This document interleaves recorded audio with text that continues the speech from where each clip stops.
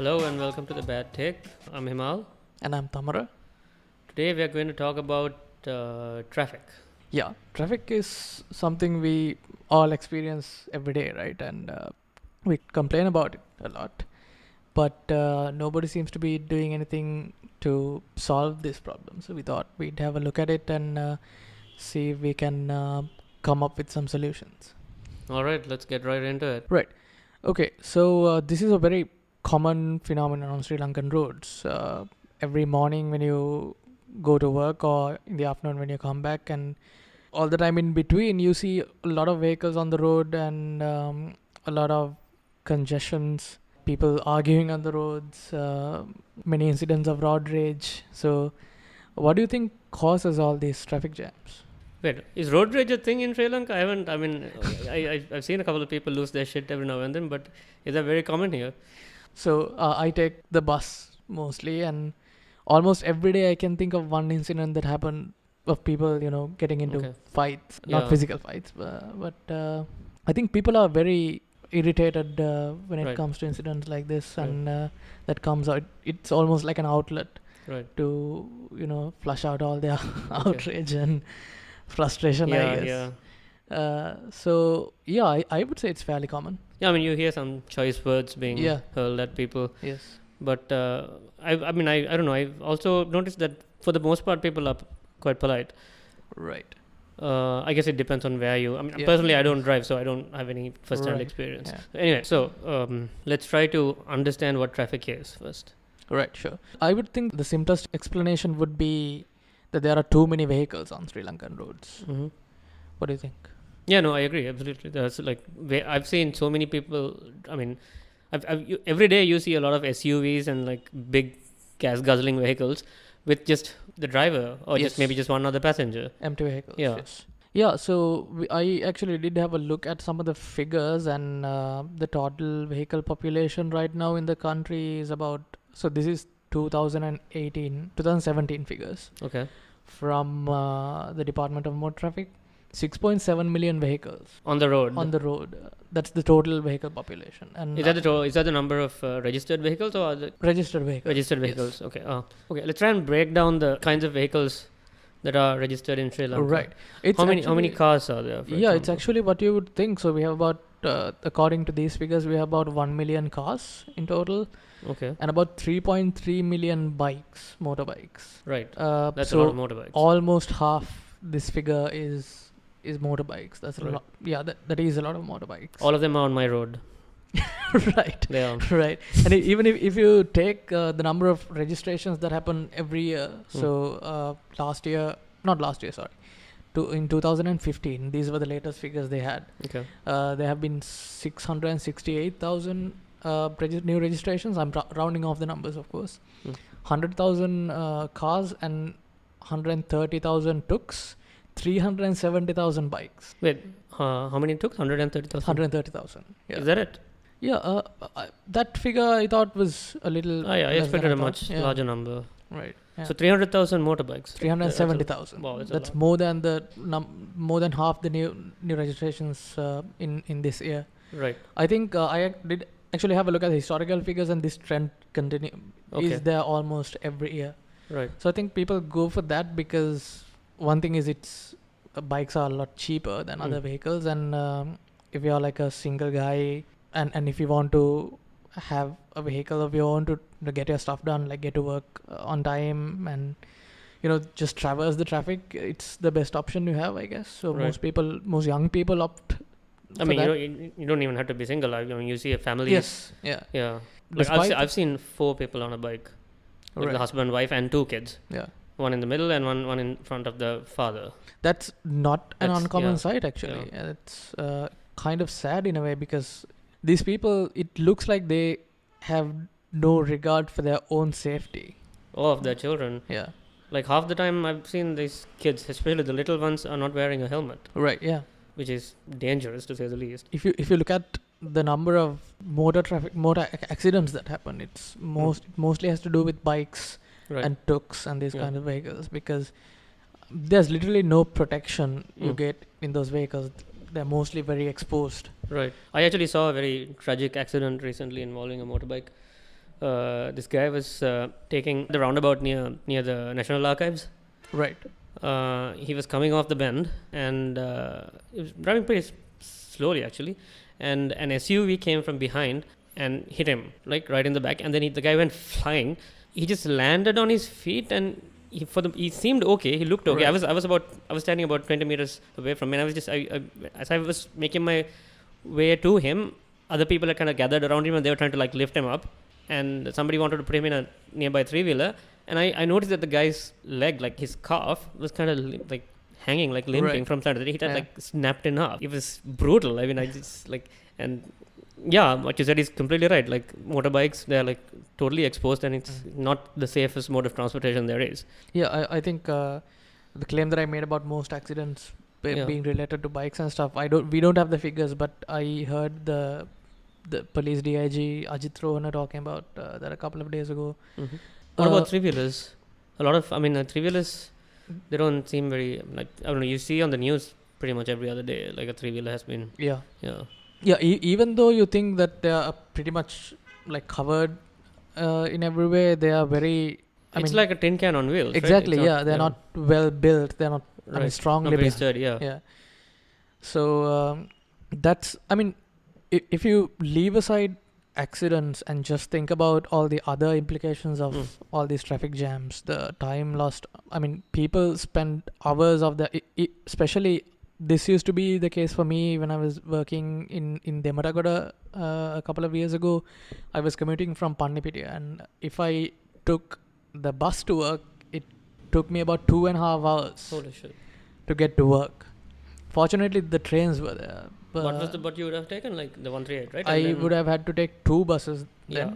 So I'd have to either go to Borella in 174 and then take like 135 or whatever along the baseline. Or like it had to be a combination of 2 buses either way, 2 or 3. God, I thought my commute was But then again, because I had the trains, it was a lot easier. The train took about, I think, 35 to 40 minutes. okay. But then what happened was people who were working along the same route as I did, they had also obviously realized this, and the trains were getting more packed every day as well. Mm-hmm. So the thing is, we can say that, for example, there are too many vehicles on the road, and I am a huge proponent of people not buying New vehicles excessively. But then again, there is no solution on the other end as well, because we don't have a good public transport system that people can rely on. The trains don't come on time, and there's a whole lot of other problems related to the transport system itself. So it's like we are stuck in a rut here, so we don't really have any obvious solutions to this. What about discipline? Does that factor? Oh, of course. Yeah, I think, yes, the number of vehicles is one factor, of course, but another Yeah. huge thing is that people lack discipline generally. And you can see the contrast, especially if you go to a European country like the Netherlands, for example, which I've been to. People don't, like, in Sri Lanka, if you go on the road, one thing that you hear incessantly is the honking of horns. There you don't, people don't really use their horns at all, and there are no traffic jams that you can see, and it's just like a different world. And I think it all comes down to, because I know Dutch people, I know that they're very disciplined and organized and detail oriented. I surely think that has something to do with the fact that they're well disciplined on the roads as well. I wonder if that's a cultural thing though. Like, I think so. I've heard of an instance. In LA, in the US, right. In certain parts of LA, when you're at an intersection and you're supposed to take either a left or a right, there is apparently some understanding that it's almost okay to run a red light when you're taking a turn. Right. Okay. And it, even though it's technically illegal. So yeah, what you say makes sense, but I guess it depends. Yeah, of course. Yeah. It depends on, like, a lot of things have been built up over the years. Now these are not things that you can change overnight, even if you wanted to. And the other funny thing is, now you mentioned road rage. Isn't it funny that the most calm and collected person you know, when put behind a wheel, instantly becomes someone else? Like, right. it's just comical, right? The way that they if someone just cuts you off on the road, the way that they talk and the language that they use completely changes. Right. So there's some psychology to it that I don't really understand, but I think people are generally very irritable when it comes to things like this, and Right, I don't know right. where that comes from, but It it's could not it could healthy come from for the us. fact that being stuck in traffic is generally not a fun experience, and Yeah. it adds to a lot of stress, right? Yeah. I think there's been some studies done in cities like London, Right. where even if you're actually not stuck in traffic, even if you're not in the vehicle itself, if you live in an area where you find a lot of traffic, stress levels due to noise pollution in the environment, stress Right. levels tend to go up, and it could result in strokes, sometimes even death, Right. especially for older people. So I mean, there is no debate about this. Traffic is a horrible problem that needs some. I mean, I don't know if government intervention is the right approach. What do you think? No, one thing that I always go back to when in this problem and also in other problems like garbage disposal, for example, if you see all those interviews with people that these news outlets do, they always say something like the government is not doing anything, the authorities are not responding. That is the wrong way to look at things, because it's the people who make things worse. Yeah, there's that saying, right? You're not stuck in traffic, you are traffic. Yes. Yeah. Exactly. So if we are not disciplined enough to obey the road rules and respect other people's time as much as yours, then you don't have to have policemen on the road controlling traffic. Right. You don't have to have the government to do anything, because you are the problem and you are the solution yourself. There's a funny story. I used to work for a Dutch company earlier, and it was based here, but the general manager was a Dutch guy. He was an expat who was working here. He had been here for like 2 or 3 years. Right. One day he said to me, we were in his car, and he said to me, you guys should really take off all the policemen from the traffic controllers from the roads, the traffic wardens. Just let people run however they want to. Total anarchy on the Yeah. roads. And then after like a couple of days or weeks or months, they will learn. Okay, so is he for or against traffic lights? Not traffic lights. Just the cops. Cops, Okay. yeah. So just make the traffic lights fully functional. I can get behind that. Let the roads operate like that system operate on itself. Take out the cops and let the people run their own way, and they will learn. I don't know how. I mean, knowing Sri Lankans, I don't know if that will work. But then again, that again comes back to the point. It's the people who have to change, not the government doesn't have to do anything. I don't know about that, but okay. You mentioned cops. Like, okay, so traffic lights. There are you get timed traffic lights, and you get what's the other type? I don't know if they work on sensors. I think some do. Yes. Yeah. So one suggestion has been to like combine the two. Right. I don't know how it works in Sri Lanka, but in at least on my commute, on my route on the 120, it's almost entirely timed. Yes, I don't think I've seen any sensor. I don't know if it's the case in Colombo, in like Greater Colombo, but in my like in Kohola, like I go through Borlaskuma, Papiliana, and Kohola, right? Yeah. And all of those are timed as far as I know. And oftentimes, like during peak hours, for example, the main road does not seem to get priority. Right. Okay. Right, the main lane of traffic does not seem to get priority. Like you're stuck there for a good it says 99 seconds, but it's actually more because it's stuck at 99 for like a couple of exactly. seconds. So you're basically there for a good 2 minutes. Right. Is that the case, or is it just you thinking I'm not getting priority? I'm just stuck here for more than. You know what? I considered that, but there have been times when I had come from the other side, and it does feel like. The flow is much smoother on that side. Maybe it's because there are fewer vehicles on that road. Right. Okay. But anyway, getting back to the point, I think what's recommended is that you basically have a combined traffic light system. Right. Okay. So obviously there are technological solutions, I think, but we don't have to go there to. It's obviously good when new technology comes in, but even without that, there's a lot people can do. The drivers on the road can do to make things better for themselves Such as as? well as others. just obey the road rules. But yeah, obeying the rules, is that going to be enough? I mean, there are too many vehicles. And Right. Yes, of course. Yeah, we have to get back to that, Yeah. of course. So the undisciplined drivers is just one part of this equation. Exactly. I mean, you can be the most disciplined society on earth, but Yeah. if you have too many vehicles, That's true. Yeah. So yeah, like we have 6.7 million vehicles for 20 million people. Yeah. I think How many buses do we have, by the way? 6,127. We have 6,127 buses in operation right now. Yeah, that's Okay. what the website says from the. This is Ministry of- according to the Ministry of Transport and Civil Aviation. Yeah, and these are Uh, 2017 figures. Right. Okay. Great. So, okay, considering there's our population is nearly 21 million, so 6,000 something buses. Is that enough? Is that I guess not. Obviously, there are some routes that you get more commuters in than others. yeah? So I guess these buses are divided into those at least in a proportional way, I hope. But I'm not. I don't really know whether this is enough or not. I mean, but certainly on my route there aren't enough buses. We Yes, could do with more it buses. does on the look like 120. yes. Yeah. When you are when you commute on the bus every day as we do, you do get Yeah. the feeling that there are not enough buses on the road. Right. When you get on a bus or a train, there is no respect for personal space or privacy whatsoever. People just stack on top of each other. Right. That's a problem as well, which. But that's again down to a lack of numbers, right? It's not. Yes, exactly. Yeah. It's not like people choose to do that. Yes. they don't There's really no have a choice, other yeah. option. Yeah. So you're saying it should be left up to the drivers themselves to That's, kind of course, self-regulate it. But that's one part. Yes. yeah, but you don't think there needs to be policy intervention? I mean, for one thing, if you could, okay, say for example, you pass a law saying, okay, so only a certain number of vehicles should be allowed into the metropolitan area or Greater Colombo or whatever. Right.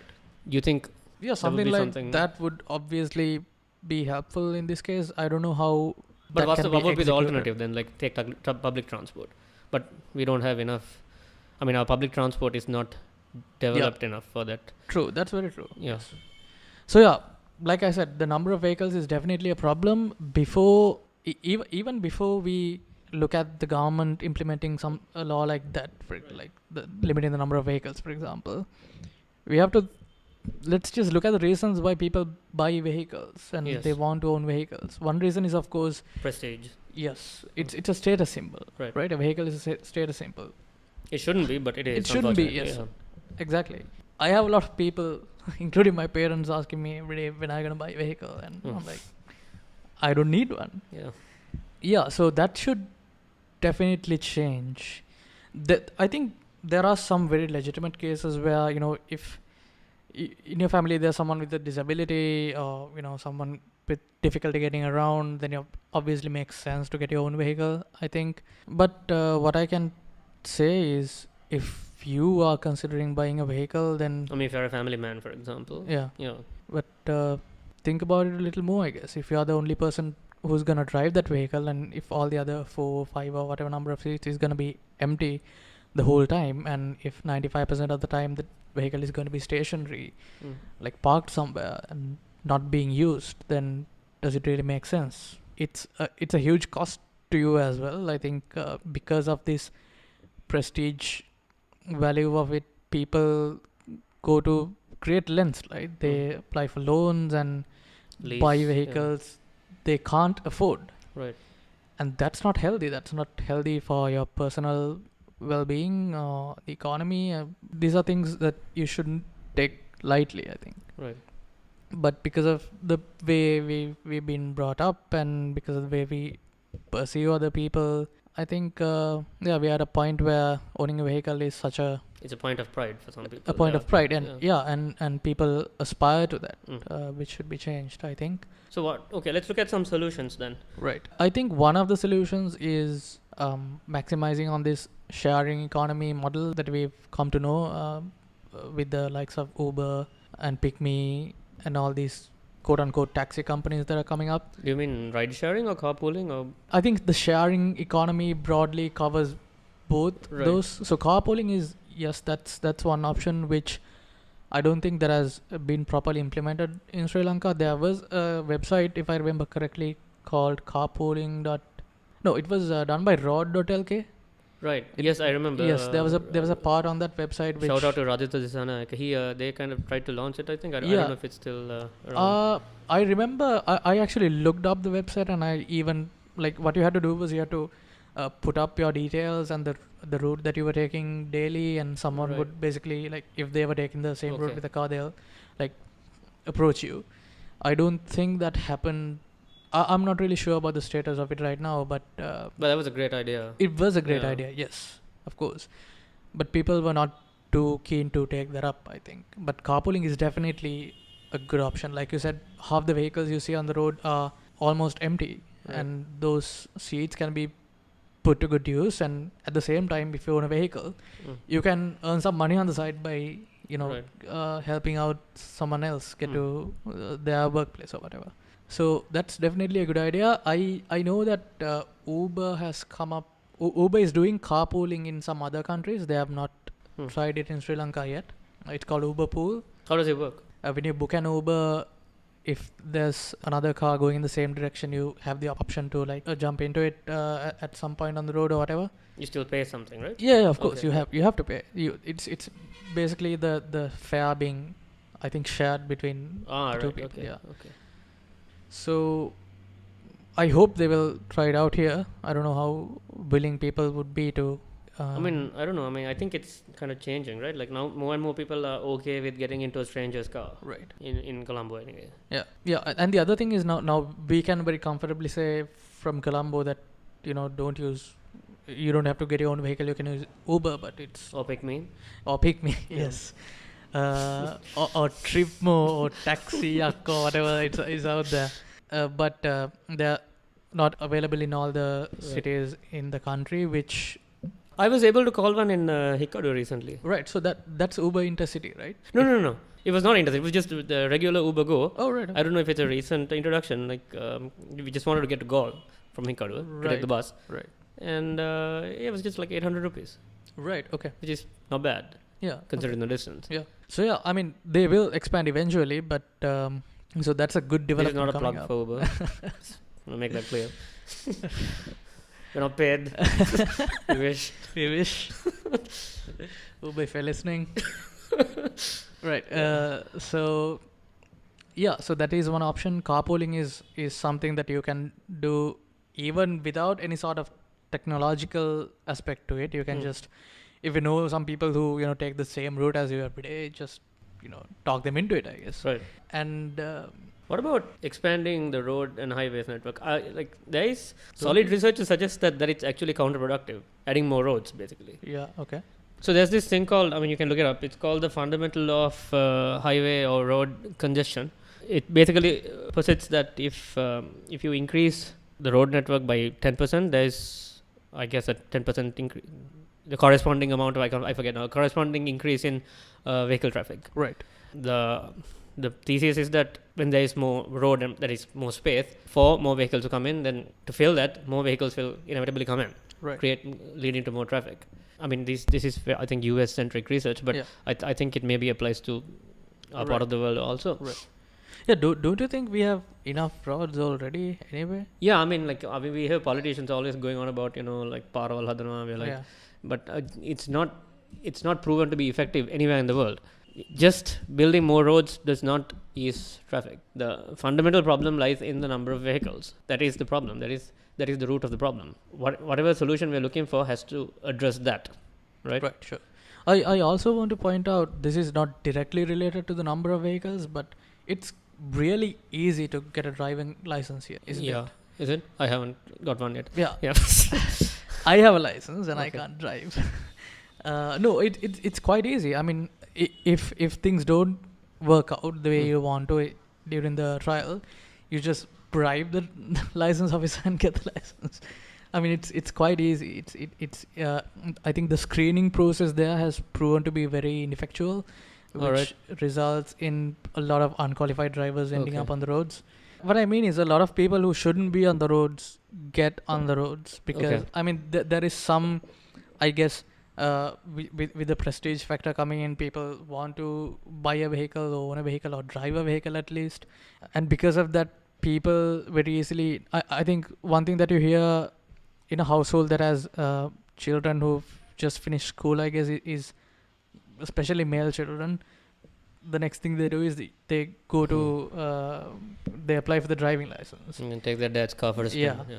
So because the screening process is not done effectively due to various factors, people, a lot of very bad drivers end up on these roads. So that again contributes to the first point we were talking about, the abundance of undisciplined drivers. And this combined with the excessive number of vehicles on the road, I think are the two main reasons that we can think about. Why is there an abundance of undisciplined drivers, do you think? Is it because the law isn't strong enough? Is it not implemented properly? Or is it because cops are so easy to bribe? I mean, there's a perception that cops are easy to bribe. I'm not saying it is. Yes. So I think it's a variety of factors.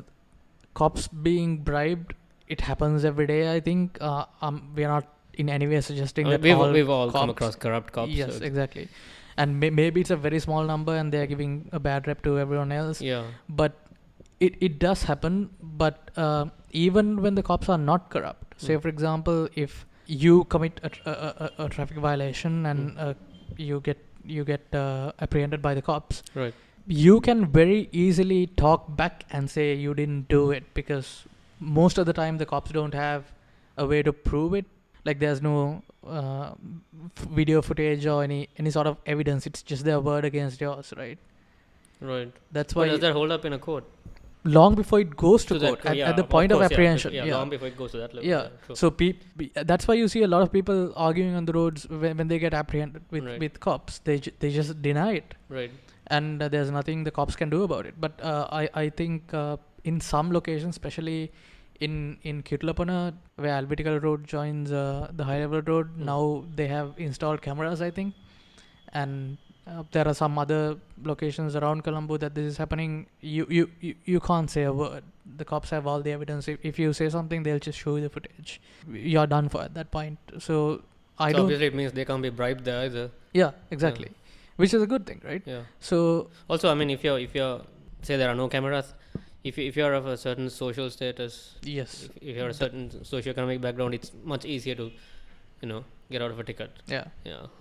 Sure. Yeah. So all these systemic problems that don't have obvious solutions play into this, I think. And the best we can do is, I don't know, what is the best we can do? I mean, we don't have any solutions here. Yeah.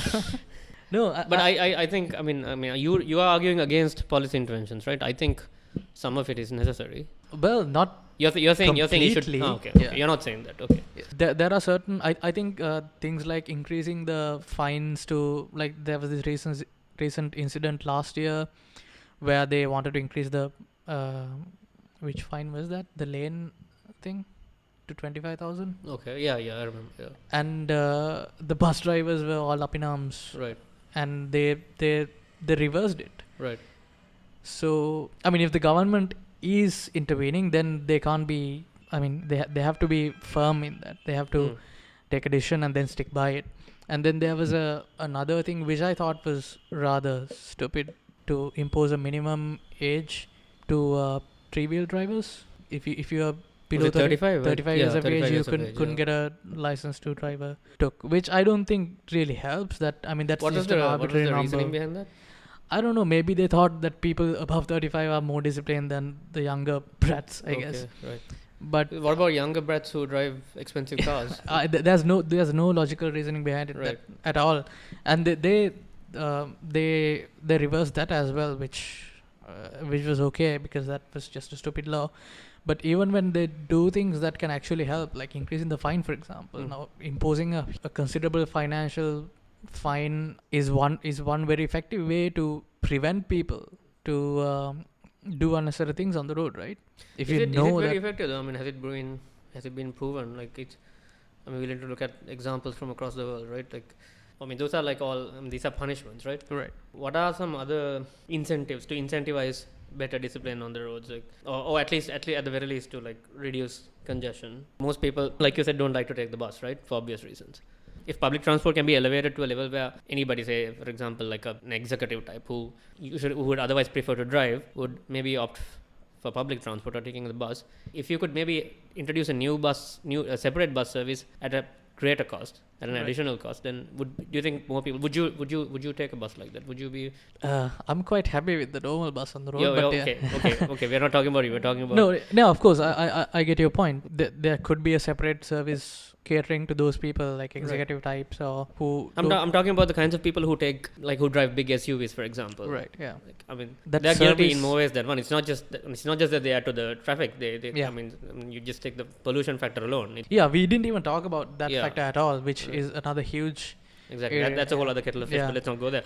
But yeah, so to incentivize people like that Yeah. who may not otherwise be inclined to take public transport, I would suggest personally that maybe the government, maybe with the help of the private sector, can introduce like something like a shuttle service. I think it was experimented like back in the day. There was one in Morocco a few years ago, I remember. Right. Okay. I forget what it was called. It kind of died a natural death. That I do think that obviously helps, but then again, that service being there alone would not make any difference, I think, because of what we talked about earlier. The thing about having your own vehicle is that it becomes part of your personality as well, right? The model of vehicle that you drive and Right.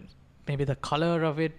For some people, the sole reason of getting an expensive vehicles is so that they could just show it to other people. Okay, let's not demonize all vehicle owners. No, I'm I mean- not. I'm not doing that. But then again, Most people buy a vehicle because it affords them kind of convenience that public transport would not provide. I mean, that's, I think, the overwhelming majority, I think. yes. Yeah. But I'm talking about the other kind of people who would still opt to have their own vehicle. And I'm not saying like it's a bad thing to like show off a little bit. We all do that. But simply because there is an alternative, I don't think that's enough. It has to be a mindset change in more ways than one. Right. No, that's true. Absolutely. But then again, when talking about public transport, I think one of the services that we already have in place, which can be improved quite a lot, is the train service. Right. Of course. Yeah. The we didn't talk about railways. that, Because, like I said, what I found out when I was commuting every day to Demotakota was that a lot of people use the trains, and compared to using the bus to get to the same place, the train was a lot cheaper. Like, and much quicker yes, I paid. because there's no traffic. Yes, to get from Panipidia to Demotakota, I paid 20 rupees. Whereas if I had taken the bus, I would have spent about 65-70 rupees. Mm-hmm. So it's about 1/3 the cost. But the sad thing about that is I looked at the numbers, and every year the Sri Lankan trains bring in a revenue of 6.4 billion rupees. Mm-hmm. That is from the tickets, the season tickets, the mail charges and all that stuff. And the expenses, if you exclude all the capital expenses like new Engines, carriages yeah. and engines and stuff, it's 14 billion. Oh. So they're running at a loss of 7.6 billion rupees every year. So yeah, a lot of it has to do with the fact that they have a lot of employees that they don't really need, which is a touchy area. That is, It's a very touchy. yeah, area. it concerns a lot of other government agencies as well. If you go to any government office, work that can be done with 10 people very easily, they have 50 people to do it, and they don't do it at all. So short of basically firing a significant portion of the workforce and creating a whole set of new set of social problems, or by significantly increasing the ticket prices, which may be unaffordable to a pretty large section of the population, how do you think we should improve railway service? There are alternatives, of course, like something that was talked about in the past few years, I think, was the MRT And the light rail network. Network that is supposedly coming up. I don't know where that is, where the plans. There was even a map of all the railway lines that are going to be laid down. They're talking about bringing it back, like Right. yeah. Well, I'm assuming that they won't be as cheap as trains if it does come up. Yeah. Because even if you look at other countries, if you look at Singapore, for example, which has a pretty good MRT network. Yeah, it's fantastic. Yeah, it's so easy, so seamless. It's not cheap though. It's not cheap. Yeah. It's definitely not cheap. But you get what you pay for. I mean, they're not congested. They're not full of people. They're not. No, that's true. Yeah. Smelling of sweat and blood and everything and other bodily fluids. It's very well maintained, and people seem to, even top executives take trains and MRTs. So they seem to have cracked that. Even countries like Netherlands, I keep going back to Netherlands because I've been there and I've seen it happen. All these modes of transport, like the bus, the tram, the trains, they are so well integrated together. You can move from one to the other quite seamlessly. You don't have to buy tickets. You get a card that you can top up and you tap the card on a So just like in Singapore. sensor. Yeah. Right. On a sensor, and then you tap it again when you get down. The amount just gets charged. I think they tried to introduce that here. I think Dialogue, if I'm not mistaken. Yeah, I don't know how buses. But people use it? Yeah, I don't think so. I don't know if it still exists. I personally don't know anyone that uses it. I actually inquired about that because at touch karla bus se gaya yes. Gosh, who came up with that line? You have to, I think, top up using your phone bill or something like that. Okay, right. Solutions are coming up, but then again, that's just one part of, I guess, why people are not too keen about that is because it's not very difficult to like pay 20 rupees and get a bus ticket. Even if you don't get the change, people don't seem to really mind it, because that is not the problem we have. The problem with the buses is not the ease or the difficulty of getting the tickets. It's completely something else. I've seen some big fights over that balance 1 rupee. Yeah, right. Yeah. So that shit can get you killed, bro. Like on my bus, the 120, that's like hardcore, man.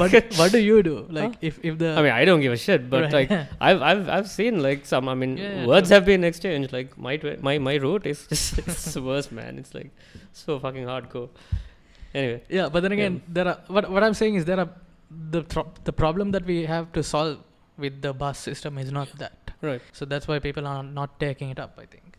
And talking about improving all these things, one thing that I did notice was I had a look at the tax revenue figures from vehicle imports that the government is collecting. Now, this is just for vehicles that are being imported to Sri Lanka. And in 2017, 11 billion rupees had come in. But then again, we don't know where these tax rupees go. Right. I might be completely wrong on this, but one very obvious thing that I think we can do is put that money directly into improving public transport and the transport system. I don't know how practical that is, but it does look like something that we can consider, I think. What about fining, for example, vehicles, big luxury vehicles, for example, that coming to the city at peak hours with just one passenger or just the driver? I mean, to discourage, to disincentivize, to stop people from doing that. Like, I mean, obviously, you can't force people to take public transport, right? Yeah. If you don't want to take the bus, you don't want to take the bus. Should they pay an additional toll? Yeah, let's not call it a fine. Let's call it a toll. Right.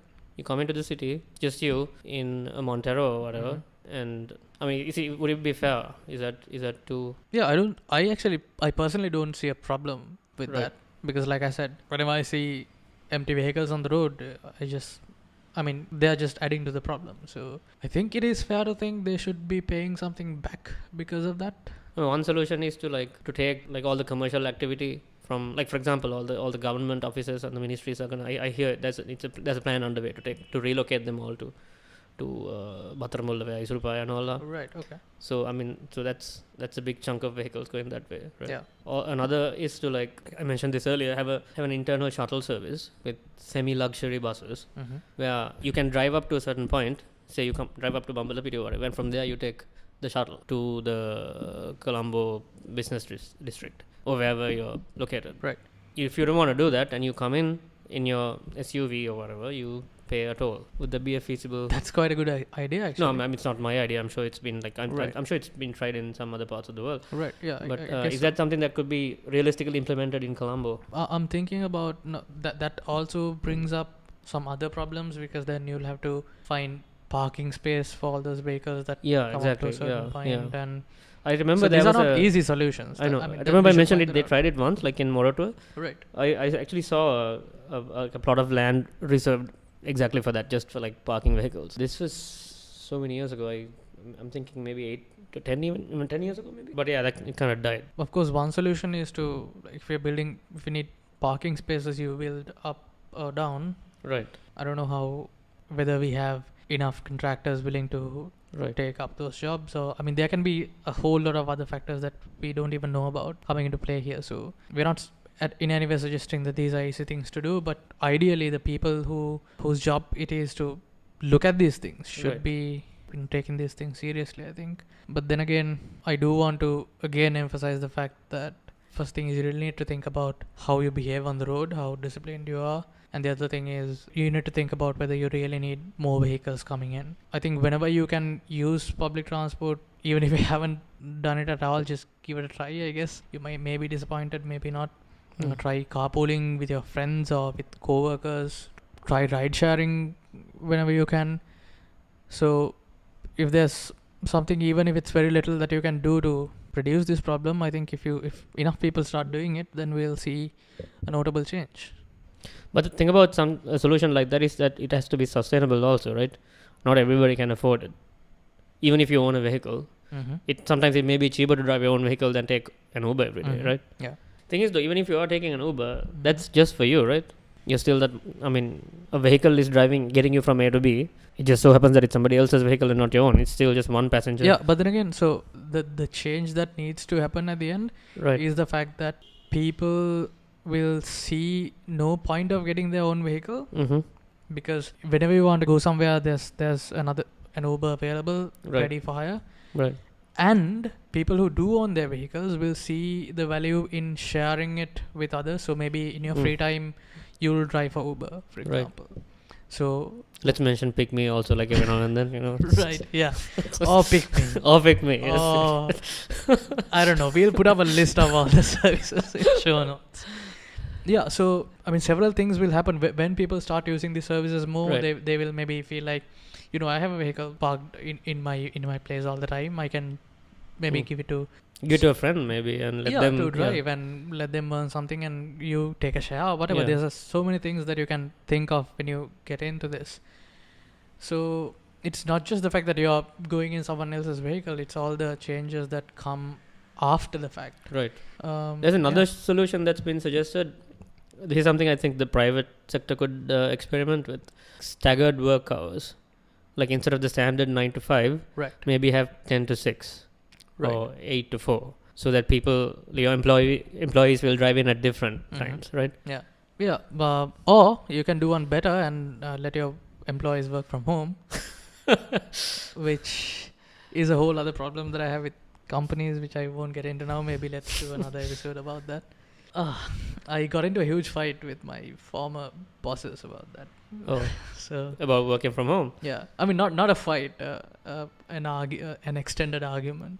Right. But it worked out in my favor. So yeah, but that's a whole other problem. Yeah, but the thing is, not everybody can work from home, right? Like, yeah, true. Most people are required to be at their workplace. Yeah, and I think staggered work hours maybe. I think it's. To me personally, it just sounds more feasible than most of the other more quote unquote concrete solutions that have been suggested. Like it just seems a bit more practical.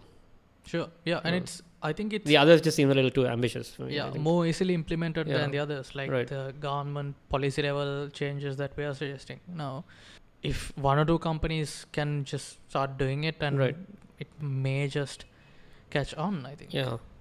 Because even the slightest tweak would obviously adds up to a huge difference, right? I do know a lot of companies who, especially in the IT sector, which offer flexible hours. Right. So you can just come in and go whenever you want to, as long as you fulfill like a 40 or 45 hour chunk every week.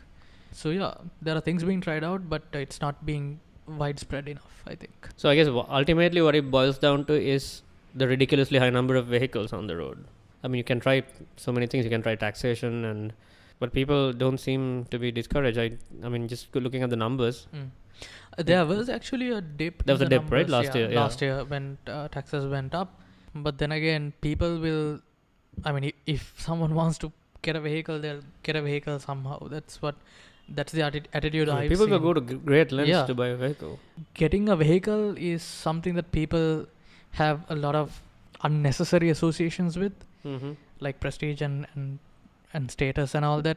I think that needs to change. Yeah, it's really not a big deal. Cool. Right. Okay. So we ended up talking about a lot of problems, but not so many. No real solutions in sight, apparently. But but if this made you think a little bit harder about, I don't know, about your own contributions to the problem of traffic congestion. Yeah, I guess our work is done. And maybe if you have any suggestions of your own, feel free to share. Yeah. All right. So catch you guys next time then. Peace.